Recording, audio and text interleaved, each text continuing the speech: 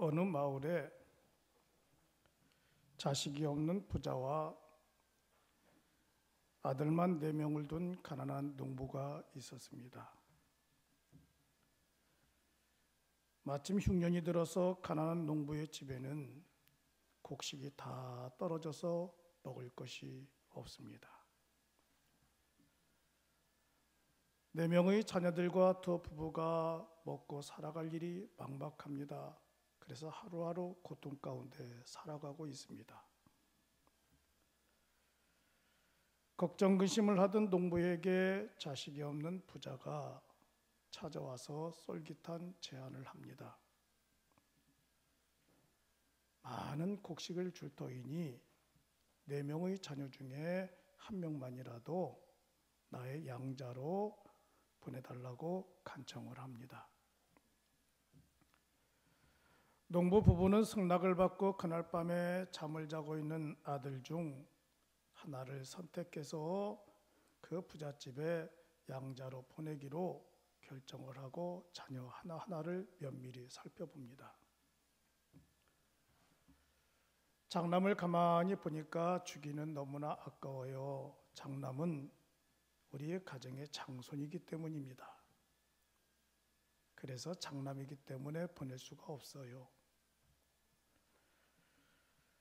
또 둘째 아들을 보는데 이 둘째 아들을 이모저모 가만히 보고 생각해 보니까 어쩌면 이 둘째 아들은 엄마를 쏙 빼닮았어요. 말하는 것도 행동하는 것도 마음 씀씀이가 엄마를 꼭 빼닮아서 보낼 수가 없는 겁니다. 이제 셋째 아들을 보내려고 가만히 보니까 셋째 아들은 다른 아들들보다 몸이 약해요. 몸이 약하고 늘 울기만 합니다. 그래서 이 약한 아들에게는 부모의 각별한 사랑과 손길이 필요해요. 그래서 이 약한 셋째 아들도 부잣집의 양자로 보낼 수가 없어요. 마지막으로는 막내밖에 없습니다. 막내를 가만히 봅니다. 막내를 보내려고 하니까 이 막내는 이 가정의 복덩어리거든요. 엄마 아빠가 열심히 일하고 들어오면 제일 부모를 기쁘게 해주는 이 아들이 막내 아들이에요. 그리고 이 막내 아들은 그 가정에 웃음꽃을 피게 하는 아들입니다. 이 막내 아들이 없으면 이 집안이 너무나 삭막해요. 그래서 막내 아들도 보낼 수가 없어요. 가만히 생각해 보니까 내 자녀 다 보낼 만한 자녀가 없습니다. 그래서 이 부부는 그 다음날 부잣집에 찾아가서 이렇게 말합니다. 내 자녀 하나하나 살펴보니 보낼 만한 자녀가 없습니다. 우리 계약을 파기합시다 하고 돌아왔어요. 여러분, 이 내용을 통해서 우리에게 암시해주고 있는 말씀이 있죠. 부모에게는 모든 자녀 하나하나가 다 소중한 존재들이라는 사실이에요. 불필요한 자녀가 없다라는 겁니다. 부모에게는 연약한 자녀도 내 자녀고, 건강한 내 자녀도 건강한 자녀고, 복덩어리와 같은 자녀도 내 자녀고, 매일 문제만 일으키는 애물단지도 내 자녀란 말이에요. 그러니까 부모에게는 다 소중한 자녀들이죠. 오늘 자녀 하나를 소중하게 여기는 아주 위대한 아버지 한 사람이 등장합니다. 그가 바로 다윗이에요. 다윗에게는 여러 아들들이 있었습니다마는 그 가운데 대표적인 2 아들이 있었는데 하나는 솔로몬이요, 또 하나는 압살롬입니다. 솔로몬은 그 가정의 복덩어리지만 압살롬은 그 가정의 예물단지예요. 솔로몬은 부모의 마음을 흡족하게 합니다. 하나님 중심적입니다. 믿음 중심적입니다. 솔로몬의 모든 삶은 부모를 기쁘게 하는 효자였어요. 그런데 압살롬은 달랐어요. 압살롬은 성격이 포악하고 권력 욕심이 강했어요. 그래서 아버지인 이 다윗은 그의 아들 압살롬을 보면서 늘 마음속에 근심과 걱정이 많았어요. 얘가 뭔가 무슨 일을 저지르겠지, 언제 어떤 돌출 행동을 할지 모른단 말이에요. 압살롬을 바라볼 때마다 늘 아슬아슬한 계곡을 걸어가고 있단 말입니다.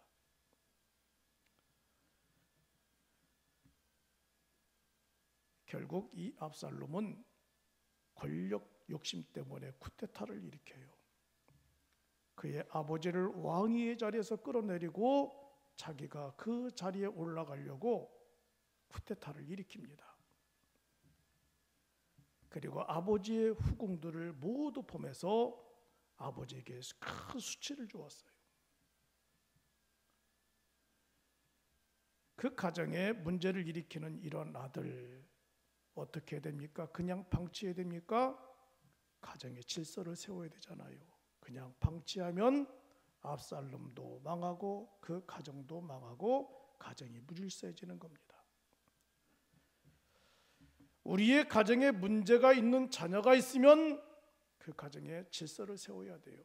질서를 흔들어뜨리면 모든 것이 다 망해요. 그래서 다윗은 어쩔 수 없이 그 가정의 질서를 세우기 위해서 아들과 전쟁을 하게 되는 겁니다. 전쟁을 하게 되면 둘 중에 하나는 죽게 되는 거예요. 아버지가 죽든 압살롬이 죽든 둘 중에 하나가 죽는 겁니다. 그런데 이 아버지인 다윗의 마음을 보세요. 아버지 다윗의, 오늘은 우리는 낮 예배 때 시간이 너무나 제한되어 있어서 성경을 다 읽지 않았습니다마는 부분적인 것만 읽었습니다마는 전쟁을 앞두고 다윗은 장수들에게 신신당부합니다. 절대로 압살롬을 죽이지 말아라. 전쟁을 우리가 이기는 쪽으로 가야 되겠지만은 어떤 결과가 와든 압살롬은 절대로 죽이지 말라고 명령을 해요. 그런데 오늘 본문에 보니까 압살롬이 이끄는 군인들과 병사들과 다윗이 이끄는 병사들과 전쟁이 붙었는데 압살롬이 이끄는 이 병사들이 처절하게 패하고 말았습니다. 그리고 어떤 결과가 일어났어요. 다윗이 이끄는 그 병사들이 쿠데타를 일으킨 압살롬을 죽이고 말았습니다. 여러분 어떻게 생각해요? 잘 죽었지 않았습니까? 쿠데타를 일으키는 아들, 이런 배반자, 천일국루한, 불효막심한 아버지를 폐해시키고 자기가 왕위 자리를 앉으려고 쿠데타를 일으켰던 이 아들 압살롬, 결국은 죽고 말았어요. 박수칠 일이 아니겠습니까? 내 아버지인 다윗의 마음은 그렇지 않았어요. 아버지인 다윗의 마음은 오늘 33절에서 어떻게 말씀하고 있습니까? 우리 한번 함께 읽어볼까요? 시작. 왕의 마음이 심히 아파 문 2층으로 올라가서 우니라. 그가 올라갈 때 말하기를 내 아들 압살롬아, 내 아들 압살롬아, 차라리 내가 너를 대신하여 죽었다면 압살롬 내 아들아 하였더라. 백성들은 이렇게 말합니다. 쿠데타를 일으켰던 압살롬 잘 죽었다. 모두가 환호하고 모두가 박수를 쳐요. 그러나 다윗은 너무나 슬펐습니다. 괴로웠어요. 백성들은 기뻐했지만 다윗은 기뻐할 수가 없어요. 너무나 슬펐어요. 오죽했으면 오늘 33절에서 그렇게 고백하지 않았습니까? 차라리 내가 너를 대신하여 죽었더라면 더 좋았을 것을. 왜 그랬을까요? 그렇게 쿠데타를 일으켰던 아들 압살롬 잘 죽었다. 그래, 어차피 죽어야 할 놈이니까 잘 죽었다. 이렇게 그냥 생각하고 넘어갔으면 좋았을 다윗이었는데 다윗은 그러지 않았어요. 압살롬아, 압살롬아, 차라리 내가 너를 대신하여 죽었더라면. 왜 그래요? 이게 바로 아버지의 마음이기 때문에 그런 것입니다. 아버지이기 때문에 그런 거예요.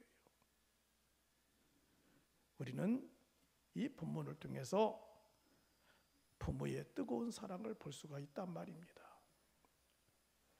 우리 부모님들은 효자나 불효자를 가리지 아니하고 다 사랑해요. 효자만을 끔찍히 여기는 것이 아닙니다. 부모는 언제나 다 자녀 편이에요. 자녀들에게 해줄 수 있는 것들이 너무나 많거든요.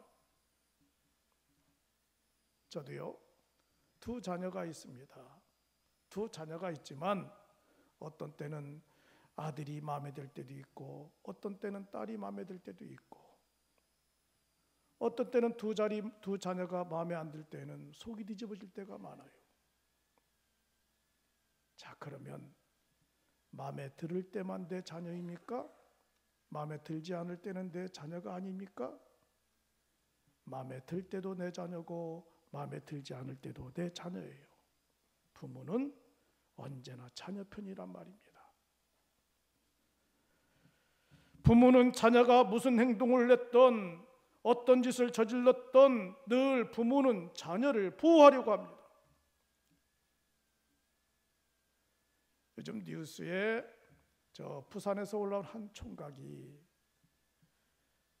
자유한국당의 원내대표를 폭행을 했어요. 자, 폭행하고 원인 제공 이거 우리 말하려고 얘기하는 게 아니에요. 자, 원내대표가 폭행을 당해서 단식장에서 누워 있습니다. 그래, 누가 찾아갔습니까?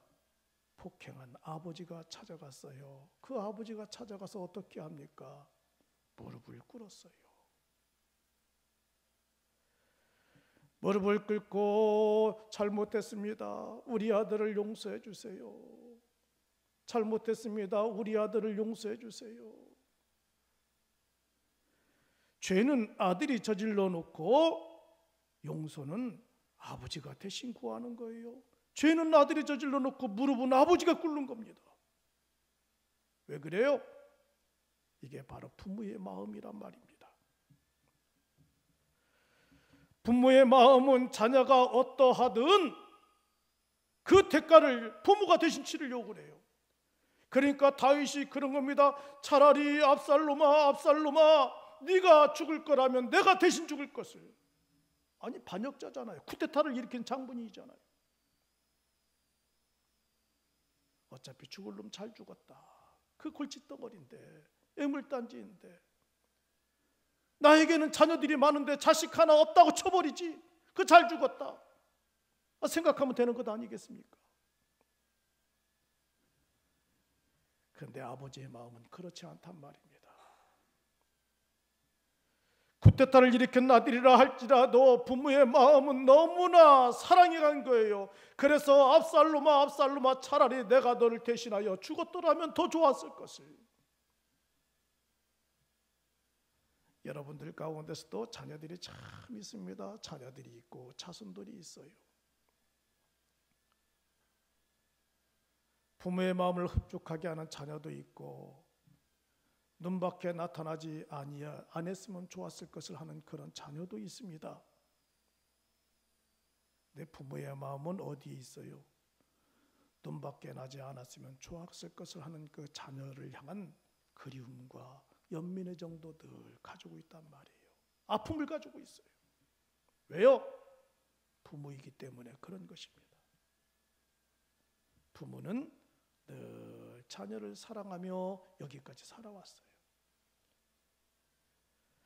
고슴도치 이야기가 있어요. 여러분, 고슴도치도 자기 자식이 제일 이쁘다고 그러잖아요. 나는 고슴도치를 보면서 이쁜 줄 모르겠더라고요. 겉으로는 뺀질뺀질하고 화려한 것 같지만 누군가가 만지기만 하면 그 안에서 가시가 나와서 사람을 쿡쿡 찔러요. 그래도 고슴도치는 지 새끼가 이쁘대요. 어느 날 고슴도치 아이도 학교 가고 토끼 엄마도 학교를 갑니다. 그런데 토끼 아들이 학교를 갔는데 도시락을 안 가지고 갔어요. 그래서 토끼 엄마가 열심히 도시락을 준비해서 학교를 가는 길목 가운데에 고슴도치 엄마를 만났습니다. 서로가 이런저런 하는 대화를 하는 가운데 토끼 엄마가 고슴도치 엄마에게 이렇게 말해요. 아이, 고슴도치 엄마 잘 됐어요. 내가 지금 바쁜 일이 있어서 그러는데 우리 아이가 오늘 아침에 도시락을 안 가지고 갔네요. 그래서 이 도시락을 우리 아이에게 좀 갖다 주세요. 고슴도치 엄마가 이렇게 말해요. 아니, 토끼 엄마, 저는 토끼 엄마의 아들을 한 번도 본 적도 없고 인상착의도 모르는데 그 아이를 제가 어떻게 알 수 있을까요? 토끼 엄마가 이렇게 말해요. 그 학생들 가운데 제일 이쁜 아이가 있습니다. 그 아이에게 주세요. 알았어요. 제일 이쁜 아이에게 이 도시락을 전달해 줄게요. 그래서 고슴도치 엄마가 학교를 가봤어요. 가서 누가 제일 이쁜가? 이 모양 저 모양 가만히 보니까 자기 새끼만큼 이쁜 애가 없단 말이에요. 토끼 엄마는 제일 이쁜 아이 갖다 주라고 그랬기 때문에 고슴도치 엄마는 이거 다 해야 돼 보니까 자기 새끼만큼 잘생기고 이쁜 애가 없어요. 그래서 자기 아들에게 갖다 줬어요. 나중에 토끼 엄마가 화가 났어요. 아니, 왜 도시락 안 갖다 줬어요? 나는 댁의 아들 얼굴도 모르지만 댁이 이렇게 말했잖아요. 그 반 아이들 가운데 제일 이쁘고 잘생긴 아이에게 주라고 그러지 않았어요? 내가 보니까 우리 아들만큼 잘생기고 이쁜 애가 없던데요. 여러분, 그래서 고슴도치도 지 새끼가 이쁘다고 하는 말이 거기서 나오는 거예요. 전도하다 보면은 엄마들이 아이들을 유모차에 태우고 옵니다. 그런데 제가 봐도 그 아이는 코도 흘리고 못생겼어요. 우리끼리 이야기니까 어디 가서 그런 얘기 하지 마요. 그런데 전도하는 저희들이 그 아이를 보면서 어쩜 이 아이는 이렇게 못생겼습니까? 이렇게 몸이 약해 보여요. 이거 아이 머리가 왜 이 모양이에요? 잘 좀 빗어주시. 이렇게 말하면 그 엄마가 화내요. 어떻게 말해야 돼요? 나 이렇게 잘생긴 애 처음 봤습니다. 건강미가 흘러넘치네요. 애가 똑똑해 보이네요. 이 아이 범상한 아이가 아닌데요. 장차 큰 일을 할 아이 같은데요. 엄마의 마음을 기쁘게 할 아이 같은데요. 그러면 부모가 어떻게 해요? 입이 요만했던 입이 쫙 벌어지는 거예요. 그리고 우리가 전도하면은 전도지를 받는단 말이죠. 여러분, 왜 그래요? 부모는 내 자식이 제일 귀하고 제일 소중한 겁니다. 내 자식이 원망스러운 부모가 어디 있겠어요? 내 자식이 그렇게도 미워하는 자식이 어디 있겠습니까? 부모는 저 이 세상을 떠나는 그날까지 효도하는 자녀도 불효하는 자녀도 마음속에 그리워하고 있단 말이에요. 가정을 사랑하는 연구에서 최근에 부모님들 300명을 대상으로 설문조사를 했어요.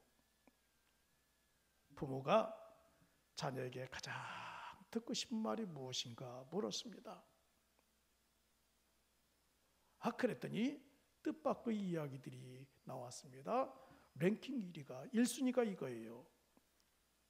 부모님, 잘 키워줘서 고맙습니다. 잘 키워서 고맙습니다. 얼마나 귀한 말이에요. 요즘 자녀들 보세요. 물려줄 재산이 없다고 부모를 폭행하지 않나? 응? 매일 방 안에서 컴퓨터만 하고 인생에 꾸 없이 지나가는 자녀들에게 부모가 몇 마디 했다고 잔소리했다고 부모를 폭행해요. 방향을 찾지 못하는 자녀들에게 부모는 꿈과 비전을 심어주려고 하는데 잔소리한다고 부모를 폭행해요. 부모가 바라는 것은 잘 키워줘서 고맙습니다. 두 번째로는 저희 걱정은 이제 그만하시고 부모님을 위해서 앞으로 살아가 주세요. 사실 부모는 지금까지 자녀들을 위해 살아왔잖아요. 저는 우리 자녀들에게 우리의 인생은 5막까지 있다라고 가르쳐요. 1막은 결혼하기 전까지의 1막의 인생을 살아오는 겁니다. 2막은 이제 결혼해서 서로가 다른 사람들끼리 함께 만나서 생각을 맞추며 살아가고 한 가정의 남편이요 한 가정의 아내라고 하는 그런 귀한 책임감을 가지고 살아가는 게 인생의 2막이에요. 인생의 3막이 있습니다. 3막은 이제 자녀를 낳습니다. 자녀를 낳아서 나도 한 가정의 아버지요 한 가정의 어머니구나. 이제 부모로서의 인생의 3막을 살아가는 거예요. 이 부모로서의 인생의 3막은 쉬운 게 아닙니다. 책임감과 성실성이 따라가야 돼요. 4막은 뭡니까? 이제 인생의 노후를 준비하는 게 4막이에요. 인생의 노후를 준비하는 게 4막입니다. 5막은 뭐예요? 이 땅에서 나그네 인생을 마치고 저 하나님 나라에서 영원히 살아가는 게 인생의 마지막 5막이란 말이에요. 그런데 인생의 3막도 살아오지 않는 자녀들이, 인생의 4막을 살아오지 않는 자녀들이 이제 1막의 인생을 살아가면서 4막의 인생을 우습게 한단 말이에요. 우리는 인생의 3막, 4막을 살아오는 동안 인생의 실패와 성공과 아픔과 갈등과 어려움을 다 경험했단 말입니다. 이제 인생의 1막을 살아가는 요즘 젊은 친구들이 어설픈 지식 가지고 파란만장한 인생을 살아온 4막 인생을 살아가는 부모를 우습게 알아요. 그럼 그 복 받지 못해요. 잠언서 23장 32절에 이렇게 말씀합니다. 너를 낳아준 아버지에게 순종하고 늙은 어머니를 업신 여기지 말라. 이 말을 한마디로 정의하면 무슨 말입니까? 부모에게 순종하고 부모를 업신 여기지 말라라는 거예요. 부모를 가볍게 여기지 말라. 부모를 조롱하지 말라. 우리가 자칫 잘못하면 부모를 업신 여길 수가 있습니다. 사실 우리의 부모들은 우리들처럼 고등교육을 배운 부모들이 아니에요. 저희 어머니도 교회 권사님이시고 지금 86세시지만 초등학교를 졸업하지 못했습니다. 어느 분이 그러더라고요. 목사님은 가는 곳들마다 초등학교도 졸업하지 못한 어머니의 자랑하는데 부끄럽지 않아요? 아니에요. 초등학교 졸업하지 못한 게 뭐 부끄러운 겁니까? 여러분들 말 안 해서 그렇지 여러분들 부모들도 다 마찬가지예요. 초등학교 졸업하지 못한 부모도 많았을 뿐만 아니라 한글도 읽지 못하는 부모들도 있을 거예요. 그러나 그 어머니는 일평생 자녀와 자손들을 위해 기도하며 살아왔고 일평생 우리를 사랑으로 키웠어요. 지금도 불편한 다리, 불편한 허리를 가지고 예배당 3층까지 걸어 올라가서 새벽마다 매 예배 시간대마다 자녀와 자손들을 위해 기도합니다. 그런 부모를 누가 무식하다고 말할 수가 있겠어요? 누가 조롱할 수가 있겠습니까? 자랑스러운 부모요, 영광스러운 부모요, 우리의 가정의 복덩어리 아닙니까? 업신 여기지 말란 말이에요. 부모를 가볍게 취급하지 말란 말입니다. 그분들은 일평생 자녀와 자손들을 위하여 기도하며 사랑과 그리고 책임감과 성실성으로 살아오신 분들이에요. 성도 여러분, 오늘은 어버이 주일입니다. 부모님의 은혜를 한번 기억하고 묵상하는 시간들을 가져봐야 돼요. 어버이 주일에 인터넷상에 작자 미상으로 떠돌아다니는 글이 있습니다. 사랑합니다. 내 어머니, 내 아버지라고 하는 글이에요. 참 감동적인 글인데 제가 한번 퍼왔어요. 여러분들의 마음에 와닿는 내용인지 나에 대한 이야기인지 한번 점검해 보세요. 우리 어머니는 엄마가 보고 싶지 않는 줄 알았습니다. 어머니는 첫사랑이 없는 줄 알았습니다. 어머니는 친구가 한 사람도 없는 줄 알았습니다. 어머니의 몸은 절대 아프지 않는 어떤 특별한 몸인 줄 알았습니다. 어머니는 일찍 일어나고 늦게 잠드는 것을 좋아하시는 줄 알았습니다. 어머니는 특별히 좋아하시는 음식이 없는 줄 알았습니다. 어머니는 짧은 파마 머리만 좋아하시는 줄 알았습니다. 어머니는 얼굴이 고와지고 몸매가 날씬해지는 것에는 전혀 관심이 없으신 줄 알았습니다. 어머니는 우리가 전화 길게 하는 것을 좋아하시지 않는 줄 알았습니다. 어머니는 언제까지나 우리 곁에 계실 줄 알았습니다. 우리 아버지는 단 하루라도 쉬는 것을 좋아하지 않는 줄 알았습니다. 아버지는 웃는 걸 모르시는 줄 알았습니다. 아버지는 딸이 시집 가는 것을 보고 마냥 기뻐만 하시는 줄 알았습니다. 아버지는 어머니 외에 아는 여자라고는 한 사람도 없는 줄 알았습니다. 아버지 안주머니에는 늘 돈이 넉넉히 들어있는 줄 알았습니다. 아버지는 운동도 취미도 없는 줄 알았습니다. 아버지는 우리가 하는 말을 귀담아 듣지 않으시는 줄 알았습니다. 아버지는 아무리 깊고 험한 길을 걸어가도 두려워하지 않는 줄 알았습니다. 아버지 눈에는 눈물이 한 방울도 없는 줄 알았습니다. 내가 이제 결혼하여 자식을 낳고 부모가 되어 보니 이제서야 어머니, 아버지의 마음을 알겠습니다. 어리석게도 부모님께서 우리를 위한 수많은 세월들의 그 눈물과 가슴을 이제서야 나의 가슴에 담고 눈물을 느끼고 있습니다. 그리고 이제서야 부모님의 사랑을 무척 그리워하며 하늘나라에 계신 고마우신 두 분께 이렇게 외쳐봅니다. 아버지, 어머니, 사랑합니다. 고마웠습니다. 감사했습니다. 자식은 2막 인생, 3막 인생이 되어봐야 부모의 마음을 아는 거예요. 결혼하기 전에는 어머니의 마음, 아버지의 마음을 전혀 이해하지 못했습니다. 결혼해서 한 남편의 아내 그리고 한 여자의 남편이 되어보고 자녀를 낳아보고 키워보니까 왜 우리 어머니는 일찍 일어나야만 했는가? 왜 파마머리만 하고 다녀야 되는가?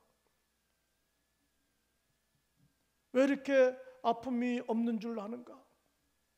왜 아픔이 없어요? 아픈 몸을 가지고도 가정을 열심히 살아가는 거죠. 결혼하고 나니까 이제 그 사랑과 은혜를 깨달았어요. 깨달으니까 이미 때는 늦었죠. 두 분은 이미 하늘나라에 가셨어요. 이게 바로 부모의 마음입니다. 다윗의 마음이에요.